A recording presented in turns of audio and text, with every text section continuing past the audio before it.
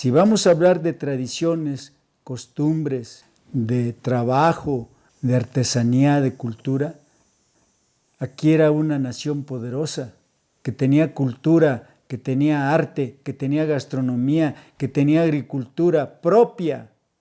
Ellos habían desarrollado la agricultura en un grado máximo.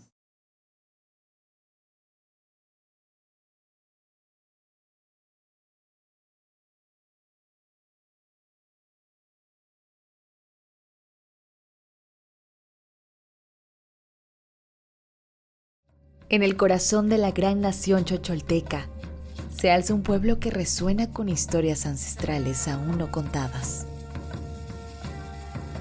En este rincón sagrado, la esencia de nuestra cultura se fusiona con la grandeza de un legado que ha resistido el paso del tiempo. Este es nuestro hogar, Ihuitlán Plumas.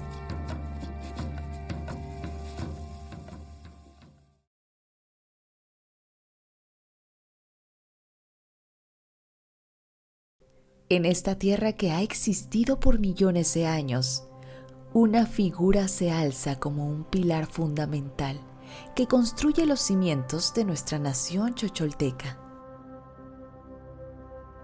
Uno de los hombres más importantes que se preocupó por dejar un legado fue Ocho Venado, allá por el año de 1050 al año de 1100, y él da muestra de todo su andar, su peregrinar por las mixtecas, la mixteca de la alta, la mixteca baja y la mixteca de la costa. Hay una relación muy importante de este señor con Quetzalcóatl, un personaje, una deidad muy importante dentro del mundo mesoamericano. Y ya marca una influencia muy importante de la cultura tolteca y de la cultura mixteca. En ese tiempo, los grupos guerreros de los chichimecas invadían la ciudad de los toltecas. Y eso origina dos grandes éxodos. Vienen de ese grupo de personas que huyen de la ciudad de Tula, vienen a parar a la Mixteca Alta, en los espacios geográficos de lo que podemos ubicar como Coixtlahuaca. Ahí se vienen y solicitan un permiso y se ubican en esos espacios. Los toltecas eran una civilización muy iluminada, una civilización muy importante que alumbra y cobija con sus conocimientos todo el mundo mesoamericano.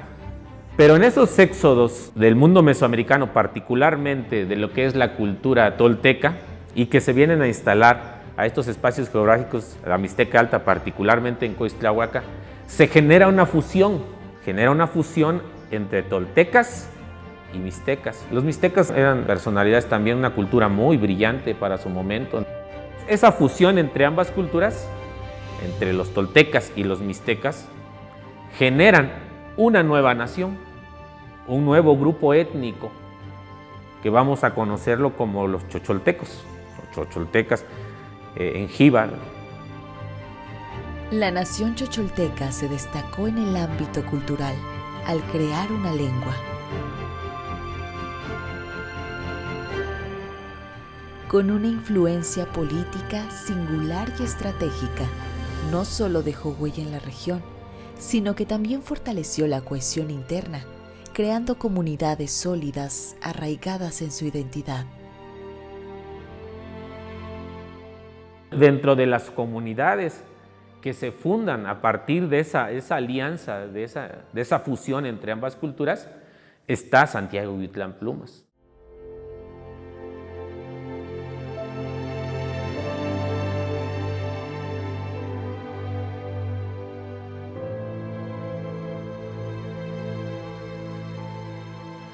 Esa creación de esta comunidad de Santiago Ihuitlán Plumas debe estarse dando aproximadamente en el año 1300, que es cuando se puede decir está 1300, 1400, pues hay un gran auge. 1450 con el último representante más grande, el rey Atonaltzin de los chocholtecos. El rey Atonaltzin en Coixtlahuaca, sin duda alguna uno de los hombres más emblemáticos, más importantes de la cultura chocholteca. Él funda un imperio chocholteco, un imperio chochomixteco.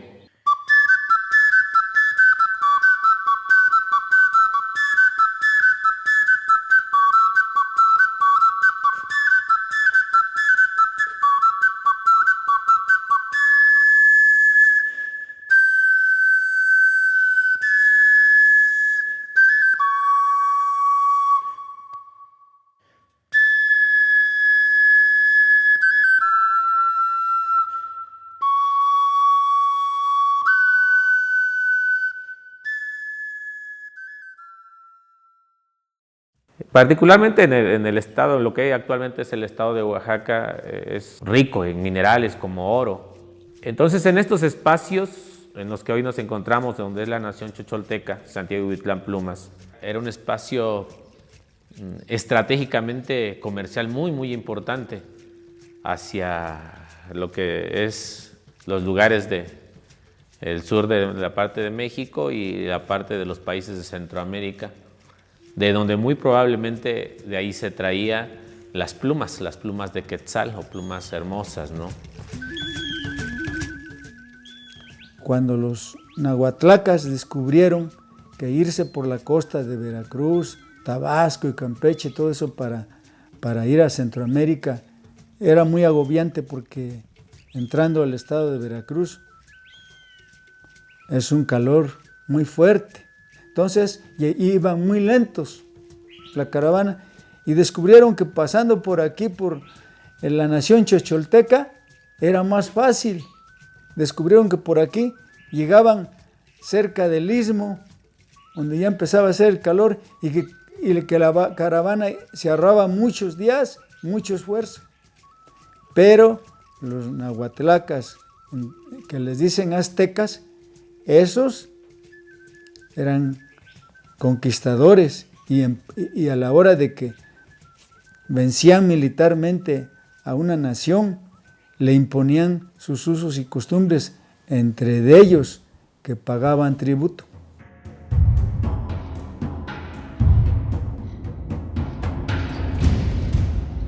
Se genera ese conflicto, es así como se ha relatado, ¿no? Se genera ese conflicto. Probablemente hay algunos otros motivos, pero uno de ellos es ese. Entonces el pueblo de Atonaltzin, los guerreros, pues atacan, eso genera la molestia. E incluso tuvo la gallardía de desafiar al imperio azteca.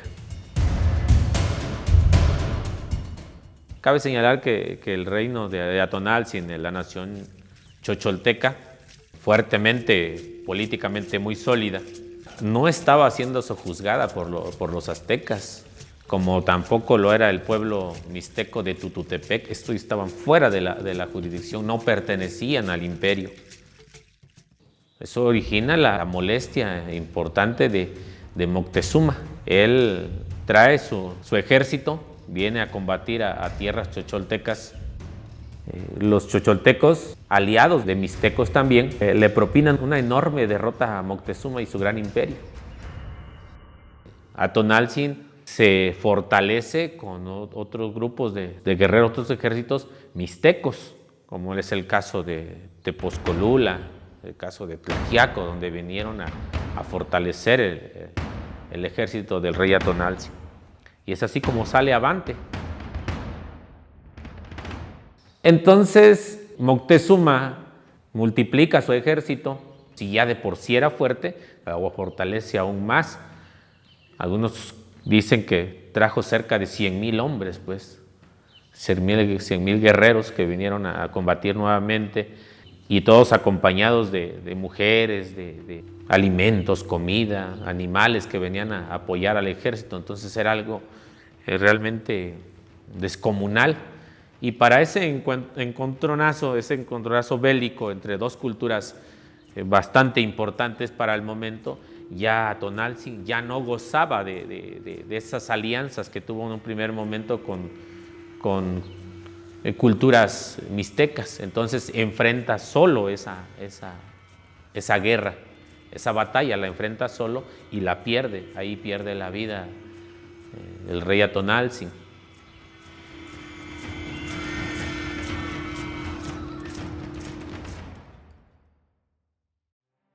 Es así como cae el imperio choltolteco y es sojuzgado por el imperio azteca. Cambian hasta las deidades, ¿no? Ya viene Huitzilopochtli, otros signos. Cambian los nombres. Ya tenemos una influencia muy, muy importante del náhuatl. Y prueba de ello pues, se ve reflejado en los nombres de las comunidades. Ihuitlán, Tlapiltepet, Coixtlahuaca, Mazulapan, Tulancingo, que son nombres náhuatl. Ya no son mixtecos, sino son nombres náhuatl. De 1480, de 40 años aproximadamente, de 40 a 50 años quiero pensar, donde pertenece los choltecos tienen se deben al imperio azteca. Entonces es poco el tiempo, no es un tiempo muy prolongado. Los aztecas tomaron la plaza, por así decirlo, del reino cholteca en Coixtlahuaca, pero no gobernaron. Fíjate bien, aquí está lo mero interesante y lo más importante y lo más heroico del pueblo de la nación cholteca. Ellos ahí tenían su destacamento, su guarnición, que ahora se llama, pero nada más ahí.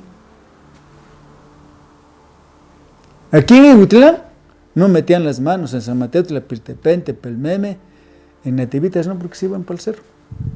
No. Entonces, para que veas, cuando sentaron su guarnición los aztecas en Coixtlahuaca, pues no gobernaron esta nación. Hicieron despojos, que Ihuitlán se descuidaba porque todos los pueblos tenían sus vigias, sus vigilantes, sus espías, ¿no? Porque el espionaje ha existido en toda la humanidad desde que el hombre dejó de ser prehistórico. Entonces, ellos vigilaban. No los influenciaban de manera muy importante en la vida política ni en la vida social, o sea, nada más en la cuestión económica. Ihuitlán fue quemada varias veces por los aztecas, San Mateo varias veces por los aztecas. Porque le tenían mucha muina tonal, mucho coraje. Entonces así ya se fueron, así no nada más aquí, por todos lados que querían conquistar, eran muy belicosos, pues entonces nadie les quería. Por eso cuando incluso pues casi todos los demás pueblos, algunos no los ayudaron, pero no se fueron en contra de ellos, pero tampoco los ayudaron. Entonces todo lo que tenía bajo dominio azteca, pues ya le llegaban los españoles como si fueran en su casa. Y así fue el problema. Por eso tan fácil conquistaron todo México. Porque si se hubieran opuesto, pues yo creo que les hubiera costado más trabajo.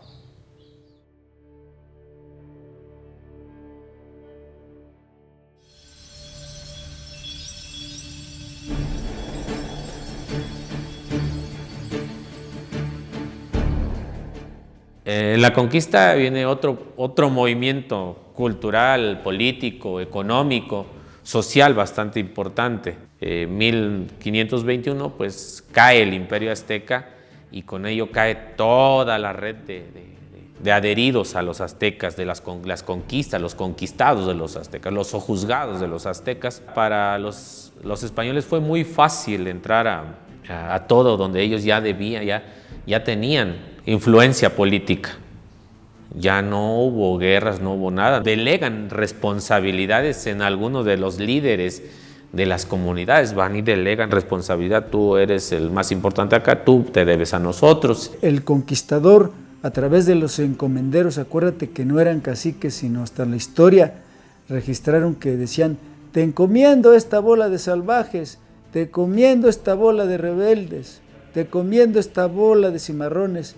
Y así nos encomendaron con un cabrón encomendero que vino de Tlaxiaco. Y empieza un nuevo orden político. Su arma más efectiva en cuanto a eso fue la religión.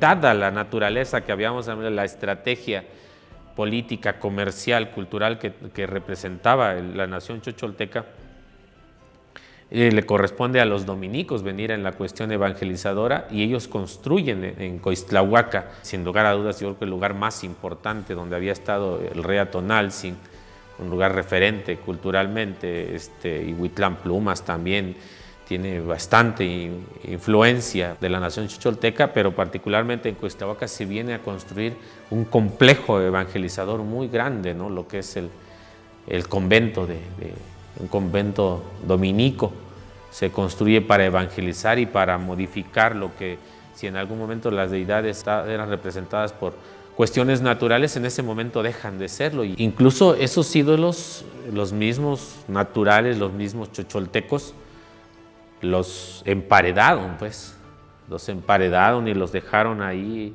como testigos mudos. Solamente ellos sabían de que estaba ahí. Últimamente que se había estado cayendo esa capilla, salieron los ídolos, ¿no? Porque pues, en algún momento pues, se considera que era repentino porque los nativos iban a adorar esos espacios. Seguían adorando a sus deidades, a sus ídolos, pero les dieron esa modalidad, algo que podemos llamarlo como una cuestión de sincretismo.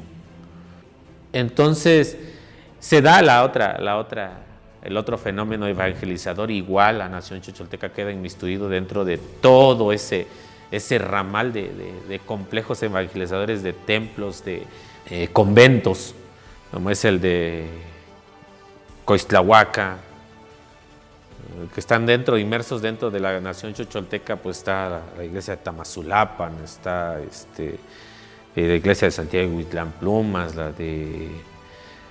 tenemos la de Tlapiltepec, varias, ¿no? Teotongo, todas estas que pertenecen y que son bastante importantes dentro de la cultura cristiana, vamos a ver, la religión cristiana. Entonces hay una transformación nuevamente, otro cambio importante en la cultura chocholteca. Y aquí la creación de la iglesia fue precisamente porque era un lugar de paso. Aquí llegaban y descansaban y ya iban a Coixtlahuaca a revisar y todo eso. Por eso se le dio pues importancia igual a este lugar, los españoles. La otra cuestión de la ubicación del pueblo. Los españoles sí consideraron un solo pueblo todo. Por eso pusieron la iglesia aquí. Los españoles pusieron las iglesias primeras en el lugar donde había más importancia. Por decir, de esa época podemos hablar de Tepozcolula, Yanguitlán, Coixtlahuaca y acá. Entonces, en ese tiempo, el rey de España era Carlos I.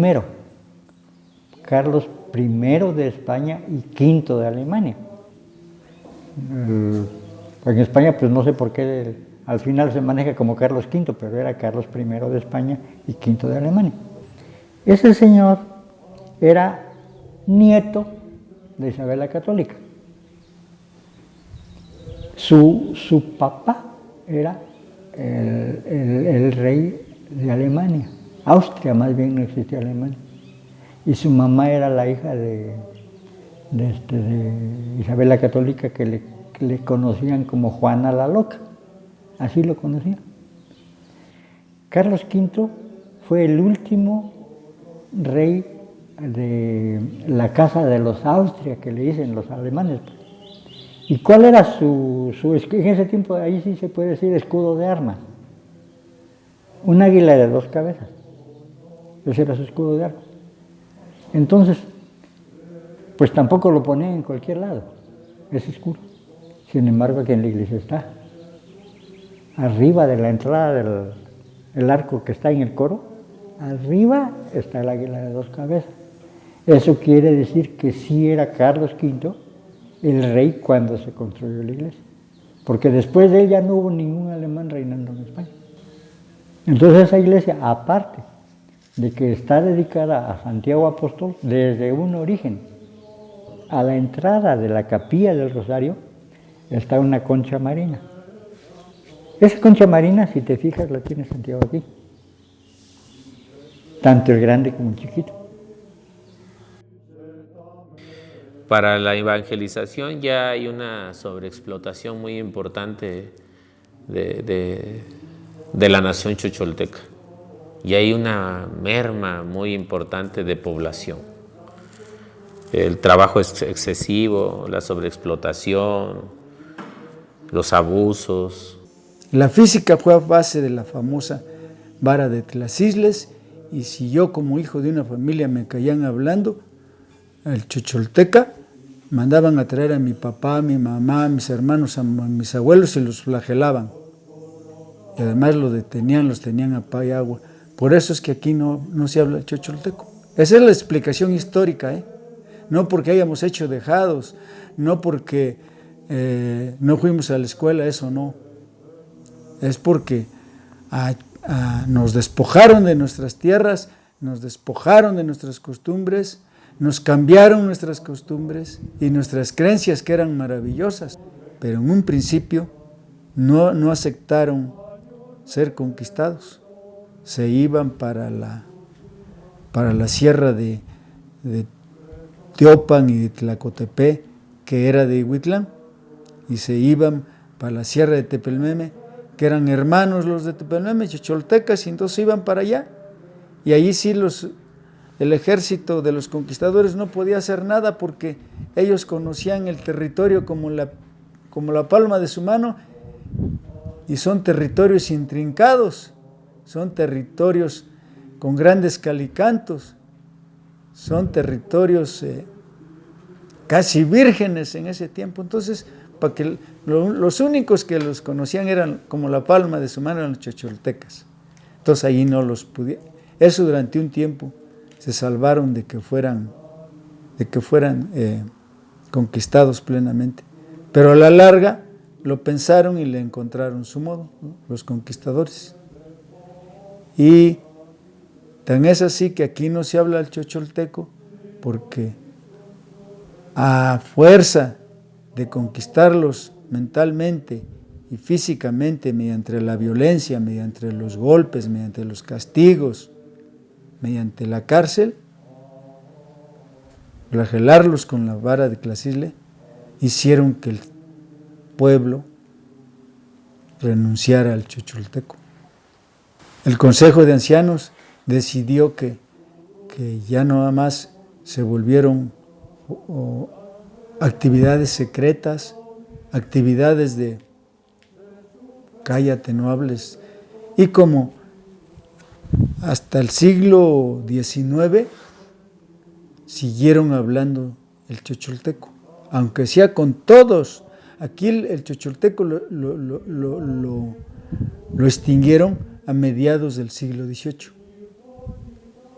El siglo XIX ya se fue disminuyendo hasta que, porque metieron la idea, como se volvieron muy silenciosos por eso. Ellos no eran silenciosos porque sí, se volvieron silenciosos por los canijos y asesinos conquistadores que no los querían hablar chocholteco. Entonces se reunían en partes secretas, en las cuevas, allí hablaban. El Consejo de Ancianos se volvió un gobierno secreto. Y los que se volvieron traidores pagaron con su vida, porque ¿cómo iban a evitar que fueran denunciados? Entonces, si se le caía a alguien que había traicionado y había ido con las autoridades, con la iglesia a denunciar, pues ni modo, lo tenían que ajusticiar por traidor. Ya no es la población monumental, las enfermedades, no podemos dejar de lado las enfermedades. Prueba de ello que también acá en lo que es el convento de Yanhuitlán, el convento de aquí de Coixtlahuaca, en algún momento sirvieron como albergues, y fue por ello que incluso se encalaron las paredes para poder ahí atender a los enfermos, ¿no? de viruela. Entonces la población se colapsa. Y ya viene bueno, viene la evangelización propiamente, pues viene los cambios de nombres de las personas originales. Y obviamente ellos traían también tiene la estructura en la que hoy en día nosotros nos encontramos, ¿no? Las piezas como de ajedrez, ¿no? Las cuadras y toda esa estructura de organización. A partir de la conquista, la realidad para la nación chocholteca cambia. Es así como Ihuitlán Plumas tiene cambios en su territorio debido a migraciones de lo que hoy serían Concepción Buenavista y Tlacotepec Plumas. Llega un momento que, como eran las comunidades en algún momento, pues generaban un éxodo y buscaban mejores condiciones de vida, ¿no? Ihuitlán Plumas, para aquel tiempo, un territorio bastante vasto, muy extenso, pues. Pero en aquellos tiempos era grande, tenía bastante tierras. Es gracias a nuestro libro de sueños, también conocido como Códice o Lienzo, que podemos dar testimonio de los pueblos originales y la relación que mantenían con nuestras dinastías. El lienzo de Ihuitlán emerge como una pieza extraordinariamente importante, no solo por su intrincado arte, sino también por la riqueza histórica que alberga. Este lienzo nos sumerge en los pueblos originales que colindaban con Ihuitlán Plumas.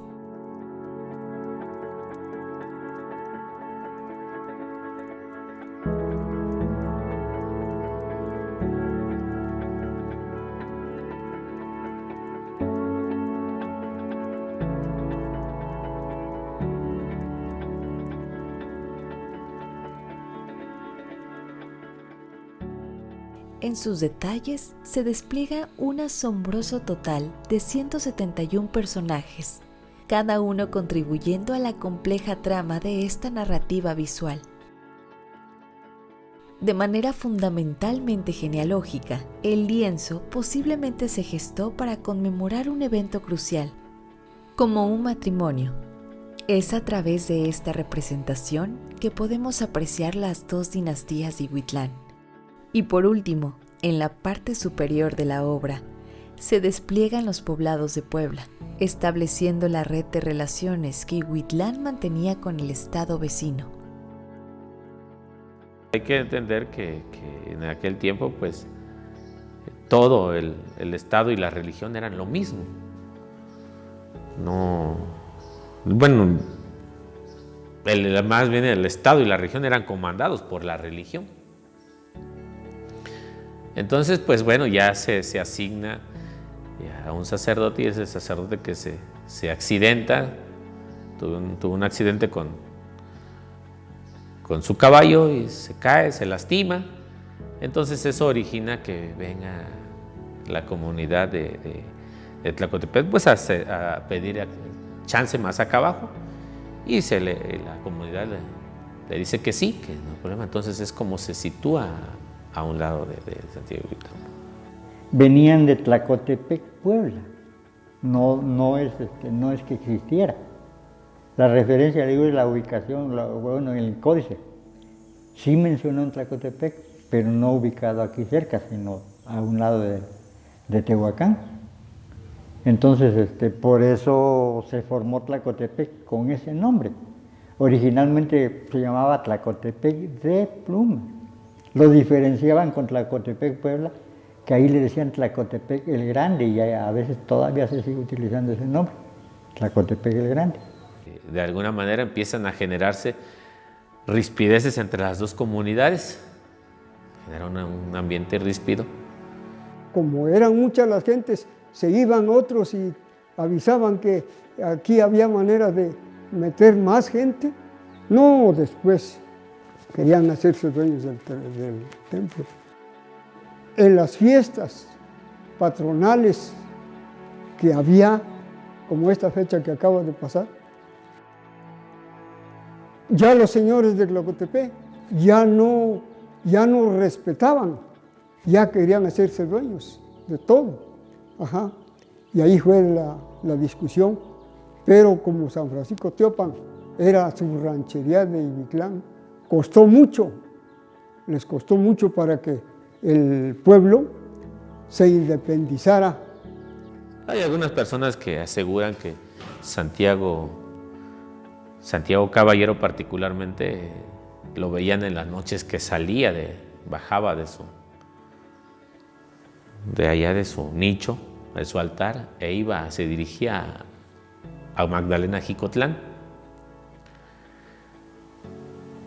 Hay personas que aseguran que escuchaban el sonido del caballo, pues el andar del caballo. Y en algún momento de ese conflicto entre las dos comunidades, pues hay una invasión. Y un intento de invasión. Y esa invasión, pues asegura muchas personas que ya venían los de Tlacotepec a invadir la comunidad. Entonces los de aquí de la comunidad se fugaron, se fueron, y muchos de ellos se quedaron a vivir en la loma, en lo que nosotros conocemos como la loma, una parte de allá arriba. Y hay vestigios que dan fe de esas acciones. Algunas paredes que todavía estaban allá, algunos pisos, piedras acomodadas, cosas de esa naturaleza. Pero en ese intento de invasión, entonces corrieron los de Huitlán-Plumas para la loma. La comunidad vecina pues iba a invadir esta comunidad. Pero ellos, porque esa historia muchos la cuentan ellos, que cuando iban a entrar, pues vieron un gran ejército de caballos. Un gran ejército, y todos eran comandados por uno que andaba en un caballo blanco, que era el que recorría toda la valla, pues, de arriba a abajo. Se determina que el protector del pueblo, el que recorría la valla de arriba a abajo, era Santiago Caballero. Santiago Caballero es un santo español, traído por los españoles. También se venera acá en la comunidad pues, a Santiago Apóstol. Santiago Caballero, pues, incluso es una persona que en aquel tiempo se da esa guerra contra los musulmanes en España. Entonces es ahí donde, contra los moros, es ahí donde sale Santiago Caballero, y que es un santo netamente español, es un santo muy, muy importante en España, y es el que viene a ser el patrón de la comunidad. Entonces los de Tlacotepec, a la hora de venir y de ver lo que estaba, pues también igual se aterrorizaron, entonces se dieron la vuelta y corrieron hacia allá. Eso dio lugar a una expresión coloquial que se maneja en la comunidad, que se dice empates, dijo don Madaleno, un señor también que ya falleció. Entonces de ahí sale esa expresión coloquial, empates, porque los nuestros corrieron hacia allá y los de ellos corrieron hacia allá. Tlacotepec no tenía oficinas administrativas. Según me cuentan, aquí en este pedazo, donde está la cancha de aquí de fútbol rápido, existía un jacal largo de palma, y la mitad era municipio de Huitlán y la mitad era municipio de Tlacotepec. Allí administraban los dos. Quién sabe cómo estaría la situación, pero así fue. Entonces ya cuando en 1901, que ellos dicen que fue el despojo, fue cuando los sacaron de aquí. Tanto la cuestión administrativa como la religiosa. De por sí eran pueblos diferentes, aunque estuviera su administración junta, ya sabían que eran aparte. El problema es hasta dónde le correspondía a uno, hasta dónde le correspondía a otro. Existe un croquis aquí en el comisariado, lo tenemos.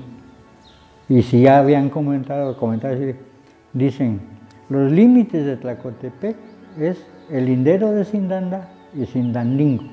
Así es el otro lindero. El de Cindanda es donde está el pozo.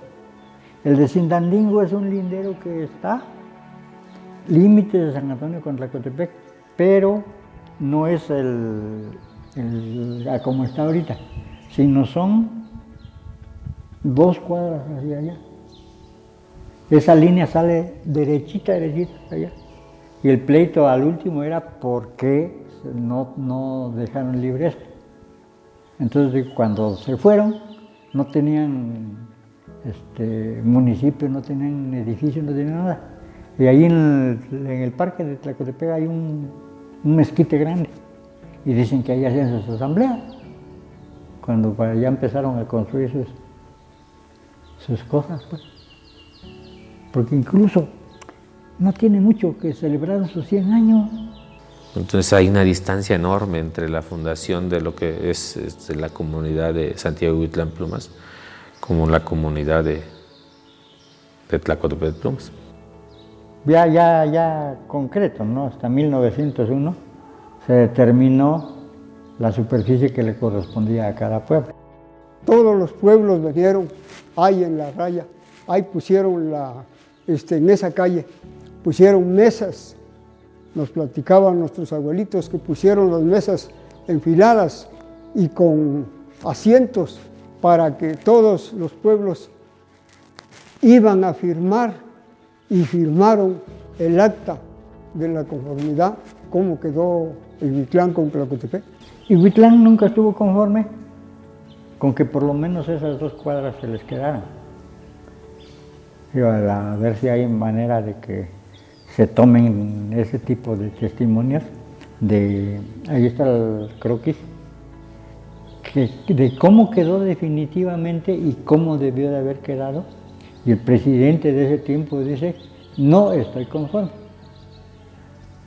con lo que quedó, por eso siguieron los problemas. Entonces, pues, y ahorita ya se terminaron en cierto modo, ¿no? Ya no hay manera ni de quitarlos, ni de que ellos se metan más, ni nada. Pero queda esa mala voluntad. A lo largo de la historia y en la actualidad, numerosas poblaciones que brindaron asilo a pueblos migrantes han experimentado la aflicción de la invasión. Y Huitlán Plumas, aunque resistió la invasión, aún resiente el conflicto. En un esfuerzo por resolver sus límites de manera legal, lamentablemente pierde su códice original.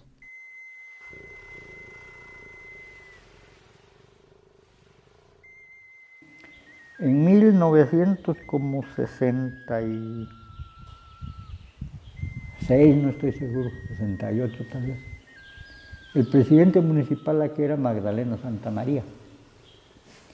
Cuando estuvo de presidente él, vino un historiador norteamericano, Ralph Parmenter. Ese señor trajo la copia que existe. El lienzo de Huitlán ha recorrido un largo viaje a lo largo de los años. En 1900 se vende o se empeña con el abogado oaxaqueño Ernesto Iñárritu, según Ross Parmenter. No está claro si lo empeña o lo vende, pero eventualmente llega a manos de Francisco Belmar. Podemos constatar esto porque en 1902 ya formaba parte de la colección de Francisco Belmar. Francisco Belmar, oriundo de Tlaxiaco, era miembro de la Sociedad Filosófica de París y formaba parte de un grupo de coleccionistas muy importante en Oaxaca. Belmar ofreció en venta el lienzo al Museo Nacional de Antropología, junto con el lienzo de Filadelfia, pero no llegaron a un acuerdo. En cambio, encuentra un comprador que resulta ser William Randolph Hearst. Este magnate estadounidense, poco sistemático, impulsivo y voraz, tenía la tendencia de comprar en grandes cantidades, siendo descuidado en cuanto a la historia y los registros de sus adquisiciones. El lienzo de Santiago Huitlán Plumas fue descubierto entre las pertenencias de Hearst en 1931. Fue una de las muchas cosas que tenía de las que nadie sabía nada hasta ese año, cuando una gran acumulación de objetos se trasladó desde el garage de Hearst hasta la calle 85, en un almacén de Bronx. John C. Wise, un comerciante de bellas artes especializado en el periodo precolombino, adquiere el lienzo. En 1941, el lienzo sale a subasta, siendo comprado por el Museo de Brooklyn. Con el paso de los años, Iquitlán Plumas ha sido testigo de una evolución notable. Esta comunidad ha trabajado incansablemente por su pueblo, moldeando su destino con esfuerzo y dedicación.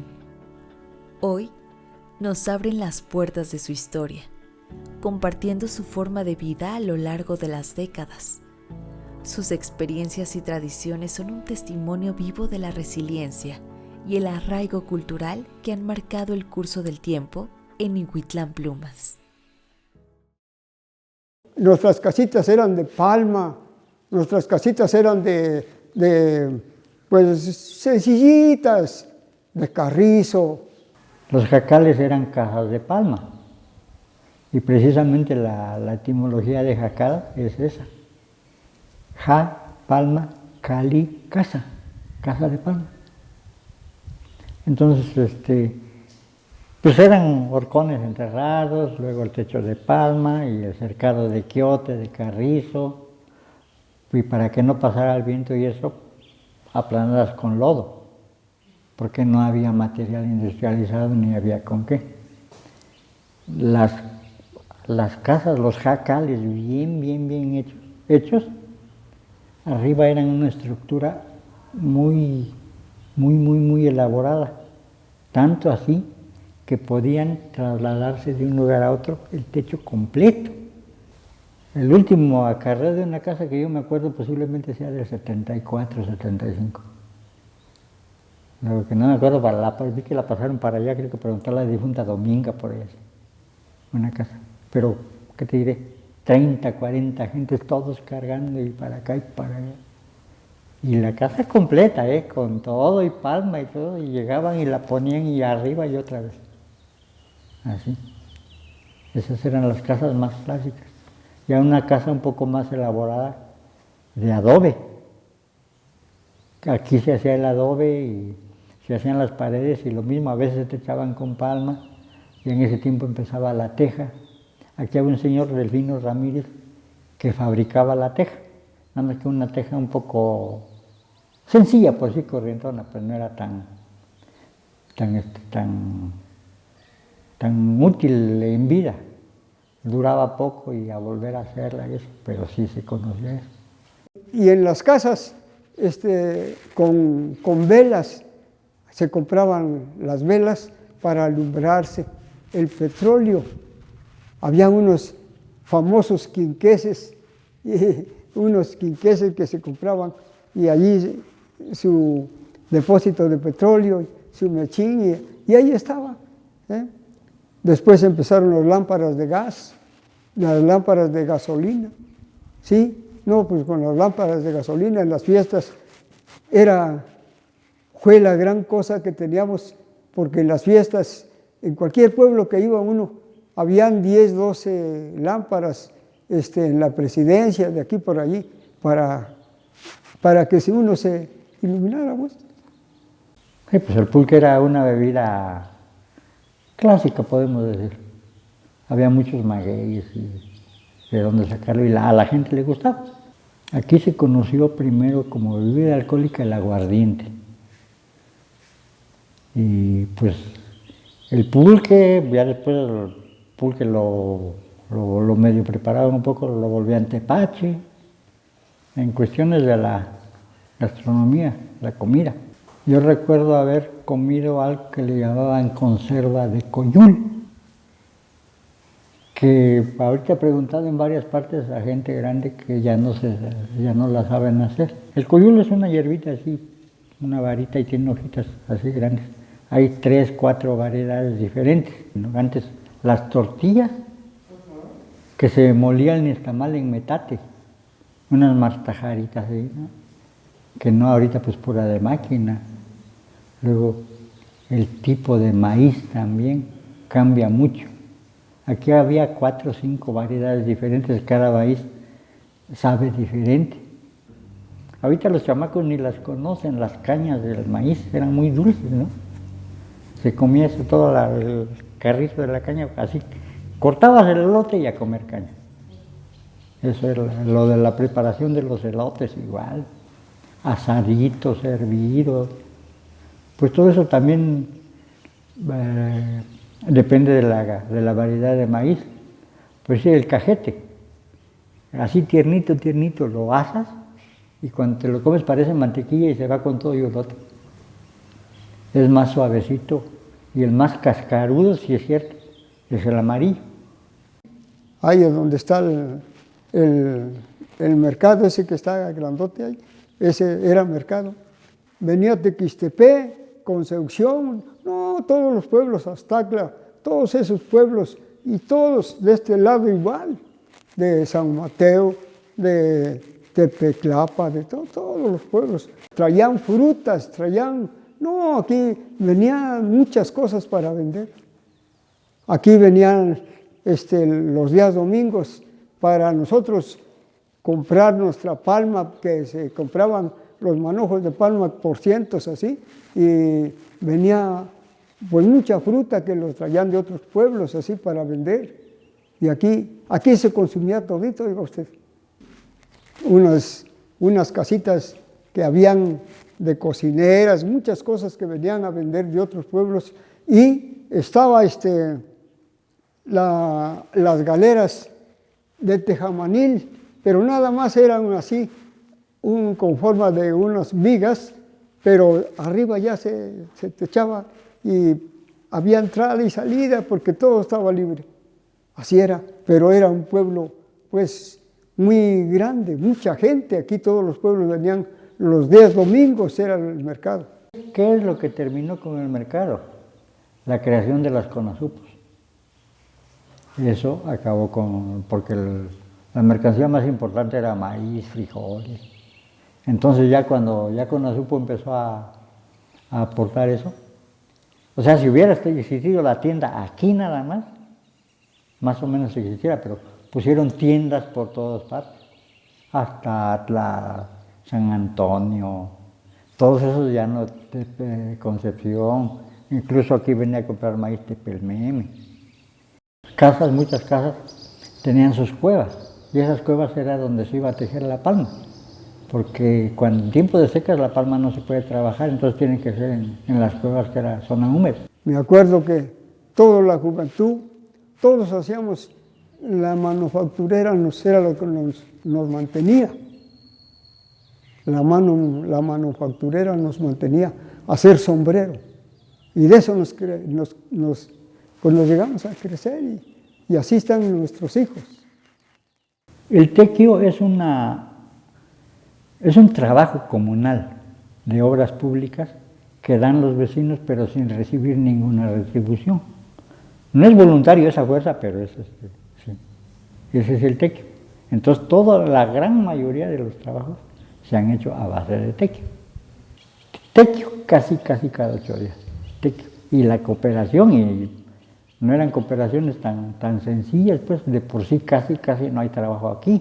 Entonces mucha gente, ¿cómo lo sacaba? Vendía sus animalitos, vendía su maíz y los pocos que todavía con el sombrero, y así se levantó el palacio. Aparte, colaboración de los vecinos que vivían fuera, lo que en ese tiempo pesaba y ayudaba bastante, lo que se le llamaba las directivas, mesas directivas, de vecinos que vivían en diferentes ciudades. México, una de las más fuertes cuando apenas empezó ese modo de trabajar, Orizaba. Ahorita, la única que todavía funciona es Oaxaca. De ahí fuera, cada quien coopera voluntariamente y individualmente, no en grupo. Y aquí se empezaban a hacer los bailes, tocaban las orquestas de los pueblos y empezaban a bailar. Entonces, en ese tiempo se le cobraba únicamente a los hombres. Aquí por lo menos, los recursos que salían se destinaban para la escuela. Entonces ahí andaba el comité, ahí andaban los maestros, cobrándole a todos los que andaban bailando, a los hombres. Y les ponían su distintivo aquí para que vieran que sí ya pagaron. ¿Sí te acuerdas de los distintivos? Así empezaron aquí los bailes. Ya después, quién sabe por qué, el cambio de que ya los hombres no querían bailar y empezaban a bailar las mujeres solas. Y entonces fue cuando se les empezó a cobrar parejo, cuando ya se ponía un cable, por decir, para marcar el lugar, y al que entraba a bailar, pues ya le cobraban. Los bailes de por sí se hacían normalmente cuando las músicas de los pueblos y las autoridades se iban. A eso era cuando era despedida, tocaban un rato, así, como si fuera la despedida ahorita, pero ese era el único baile. En Ihuitlán la característica para la fiesta del jaripeo eran los jinetes, 2, 3, 4 jinetes que iban a todas partes y que tenían calidad, pues, porque si no, pues no. Pero era voluntario, nada de pagar. Pero antes, aquí, cuando se hacía la barrera, que le decían, no como jaripeo, como le dicen hoy, la barrera, los comisionados para ese evento, casi todos tejían sus mecates de palma para amarrar los palos. Se acababa el evento y cada quien recogía sus mecates, pero como no duraban al año que viene, el otro que tenía que entrar, igual tenía que hacer sus mecates. O sea, tenían que proporcionar determinado número de palos y sus mecates para amarrarlos. Ese era su compromiso de los comisionados del jaripeo.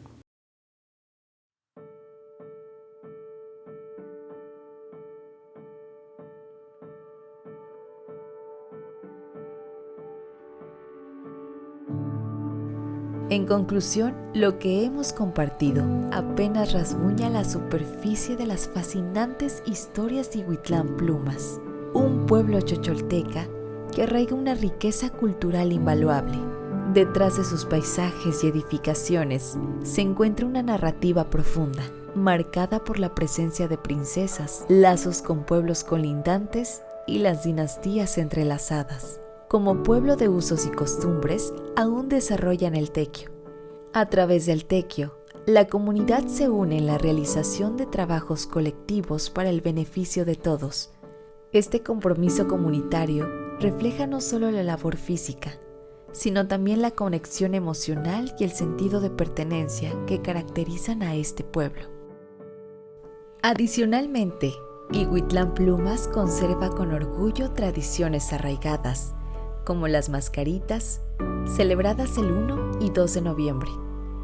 Estas festividades, llenas de color y significado, representan un vínculo directo con las raíces culturales del pueblo, mostrando su dedicación a preservar y compartir su herencia única. Los habitantes de Ihuitlán Plumas disfrutan con entusiasmo de su fiesta patronal y siempre esperan a los visitantes con los brazos abiertos. Su hospitalidad ha sido una característica arraigada en su historia, siendo anfitriones serviles que acogen a quienes deseen sumergirse en la riqueza cultural y las tradiciones vibrantes de este pueblo. Aunque brevemente esbozado, revela solo una porción de la complejidad y diversidad que define Ihuitlán Plumas. Es en esencia una invitación a los habitantes y a quienes descubren este relato a sumergirse en las raíces de su identidad cultural. Así este llamado a conocer y valorar la historia de Ihuitlán Plumas se erige como un tributo a la riqueza cultural que define este pueblo, un patrimonio que espera ser celebrado y resguardado en su plenitud.